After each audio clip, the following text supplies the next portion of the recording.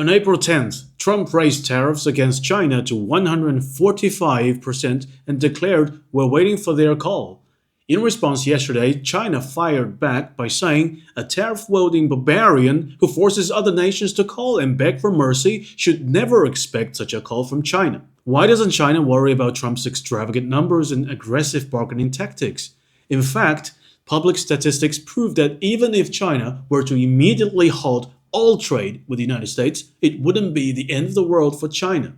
However, if China were to stop buying just one American product, the US economy could spiral into a deadly cycle. In 2024, China's total export value reached $3.58 trillion, while the Office of US Trade Representatives report that US imports of Chinese goods in 2024 totaled $438.9 billion. This means that even if China and the United States completely cease doing business with each other, China's foreign trade exports would still exceed $3 trillion, well above the 2020 level of $2.37 trillion. It appears that Trump has forgotten there's more to this world than just the United States. There is also the European Union, Russia, and the Global South. In fact, even if the entire EU were to join the United States in completely stopping trade with China, it wouldn't be devastating for China. According to Euronews, in 2024, the EU imported goods worth 517.8 billion euros, around $586 billion from China. That means if both the US and the EU immediately cease buying Chinese goods, China's export volume would still reach over $2.5 trillion, around the same level as 2018's $2.65 trillion. And what does the reversion to 2018 really mean?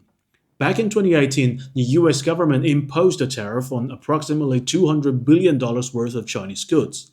Yet, during the same time, China was making significant strides in its economy, technology, and diplomacy.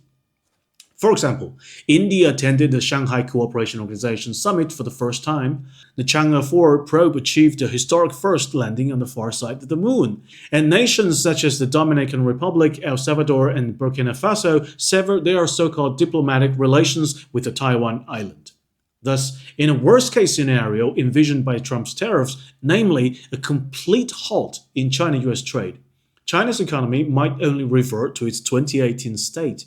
For many Chinese, the 2018 is even somewhat nostalgic and favorable period. There is really nothing to fear, which is why China has made it clear that it is prepared to fight to the end. Now let's consider another angle. What if China were to stop purchasing one specific American product, the US Treasury bonds?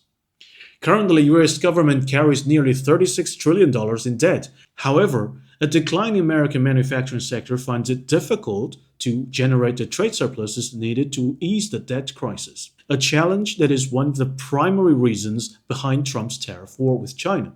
The solution, though, is flawed right from the start. Since April 4th, the yield on the 10-year US Treasury note has surged to about 4.5%. This rise in yields spells disaster for the US economy, and here's a simple explanation. Imagine you have a government bond purchased for $100 that will pay you $103 after a 10-year period, a 3% return. Now picture someone urgently selling a similar bond for only $90. A new buyer would still receive $103 in 10 years, netting a return of $13 instead, an attractive yield that is sharply increased compared to before. What this tells us is that people are selling US government debt because they no longer have confidence in its value. Jonathan Cohn, head of US Trade's desk strategy at Nomura Security International, told Reuters the underperformance of treasuries compared to swaps signaled heavy foreign real money selling. As more investors sell, bond prices fall and yields rise. The problem is that US government must continuously borrow money by issuing new bonds to pay off the old ones. With market confidence eroding, the government is forced to offer even higher interest payments to attract buyers. However, an executive catering for hedge fund clients at a large bank told Reuters investors have been looking for alternatives to US assets amid market volatility, including alternatives to US treasuries. Over time, these ballooning interest payments could grow so large that even an entire annual income of the country wouldn't be sufficient to cover them, potentially pushing the US economy towards a severe crisis or even collapse. Now the question remains, who is selling US debts? According to CNBC, as of January 2025, China holds around $760 billion in US government bonds, making it second largest foreign holder after Japan. Notably, Japan's finance minister recently asserted that the nation has no intention of using its US Treasury holdings as a bargaining chip against Trump. So it's worth pondering, who really crafted this masterpiece of economic leverage? Make it a guess and leave your answer below. Thank you for watching this episode of Top Picks, and we will see you next time.